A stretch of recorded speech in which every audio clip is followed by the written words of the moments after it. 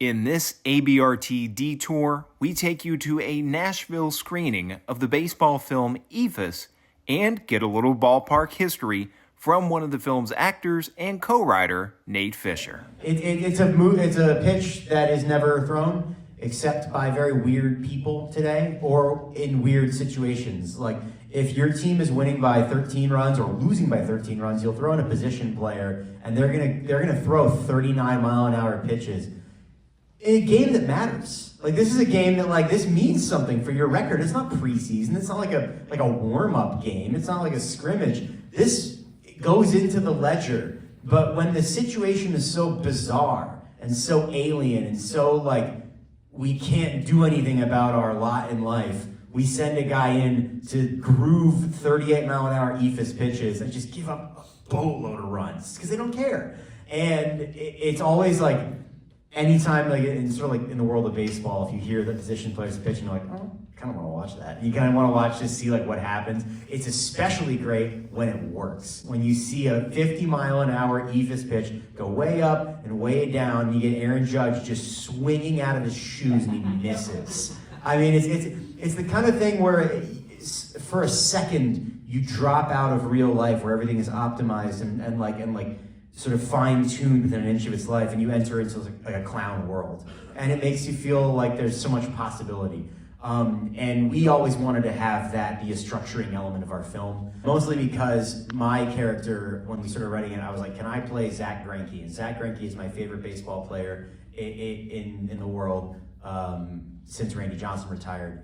And he throws the Eephus a lot. And he's the only one who did it for a decade. As a real pitcher, as a good Hall of Fame pitcher, he would throw 58-mile-an-hour curveballs left and right. And I was like, can I please play him in a movie? Because he's the funniest guy that's ever picked up a baseball in the last 50 years. And once I got the go-ahead to put that in the movie, then I was like, we should talk about the Eephus in the movie. And then we realized that should be the title, and then we submitted it to festivals, and then it got into Cannes, and the people at Cannes said, hey, you should maybe change this title. No one knows what this is. And we were like, trust me, trust me, trust me. When it plays in Nashville, people are gonna get it. Thanks, yeah. So that's we fought for that title. In the film Eephus, it's all framed around the last game being played on this field by two rec teams. They've played there for a very long time.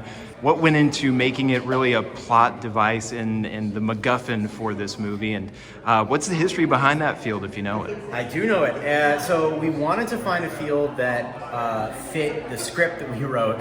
And we went to 50 or 60 fields in New England, and they were all either too close to a city, too close to a residential neighborhood, too many cars, too much very modern stuff. They didn't have wooden bleachers and wooden dugouts. We wanted wooden dugouts with wooden bleachers because that just looks so much more fun to look at than metal or whatever. And we found this one in Douglas, Massachusetts called Soldiers Field. And Soldiers Field is in a very, very, very small town. Douglas is super remote. We came there, people were very receptive to us. And it turns out that field, that very field, was the site in 1946 of a regular season Major League Baseball game between the Red Sox and the Yankees. No way. Where they met halfway to sort of do a sort of post-war kind of let's take the show on the road and go to a random small town in New England. And so they had a big game there. There Ted Williams, Joe DiMaggio, those kind of people all played on that exact field.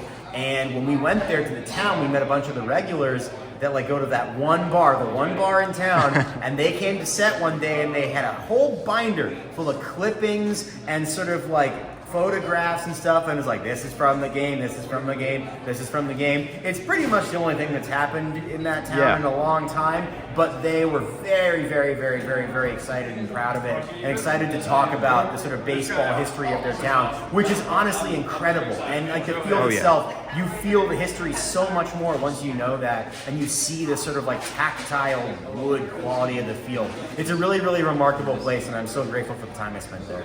Yeah, thank you so much for taking the time to tell us about it. his appearance in this film. Yeah, so there are a lot of moments about Bill Lee's career, which he is one of the most underrated pitchers, I think, of all time. The moment that your dad is referring to is the 1976 World Series, where he got absolutely embarrassed by Tony Perez. And that's not what we prefer to remember about him. We prefer to remember the stories. And, you know, he came to set and he had 8,000 stories. This is a guy that wore a USSR baseball cap when he did his spot for Ken Burns Baseball. This is a guy that gave interviews praising Chairman Mao in 1971. This is a guy that freely admitted to doing weed edibles to the league during his career. And he just, they couldn't handle him. Just the league just couldn't handle him. And that's why he never went on to the Hall of Fame career he was perfectly capable of. And he's just a really incredible guy that when we started making this baseball movie and we knew it was going to be called Eephus, Carson had the bright idea to be like, I wonder if I can get in touch with Bill Lee, the guy who threw it so often in Boston, they started calling it the Leephus pitch.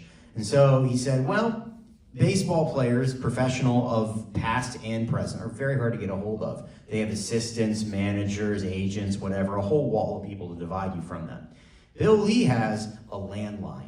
And if you look him up in the phone book, and it is the phone book, you have to pull out a phone book in Vermont, and you look for his name, he's right there, you call him, he picks up. You say, do you want to be in the movie? He says, sure. Where is it? Can I drive there? Yes. Okay, great, I'll do it. What days do you need me? Done. And that was it. We wanted him to be in for a bit of a longer, we wanted him to play one of the baseball players on one of the teams, but for scheduling and health reasons, he couldn't be there the entire time. So we had to sort of rewrite the movie to have him be there only for a weekend. So we can only have him for basically one scene. And we wanted to have basically sort of a ghost come out of the woods, as often happens in baseball movies. We thought it might be a nice touch, and it might just sort of be a nice sort of counterpoint to what you'd seen previously in the movie, and inject a little bit of hyper reality, sort of mythic baseball sort of portent into it. And using a legendary pitcher was the perfect conduit for that.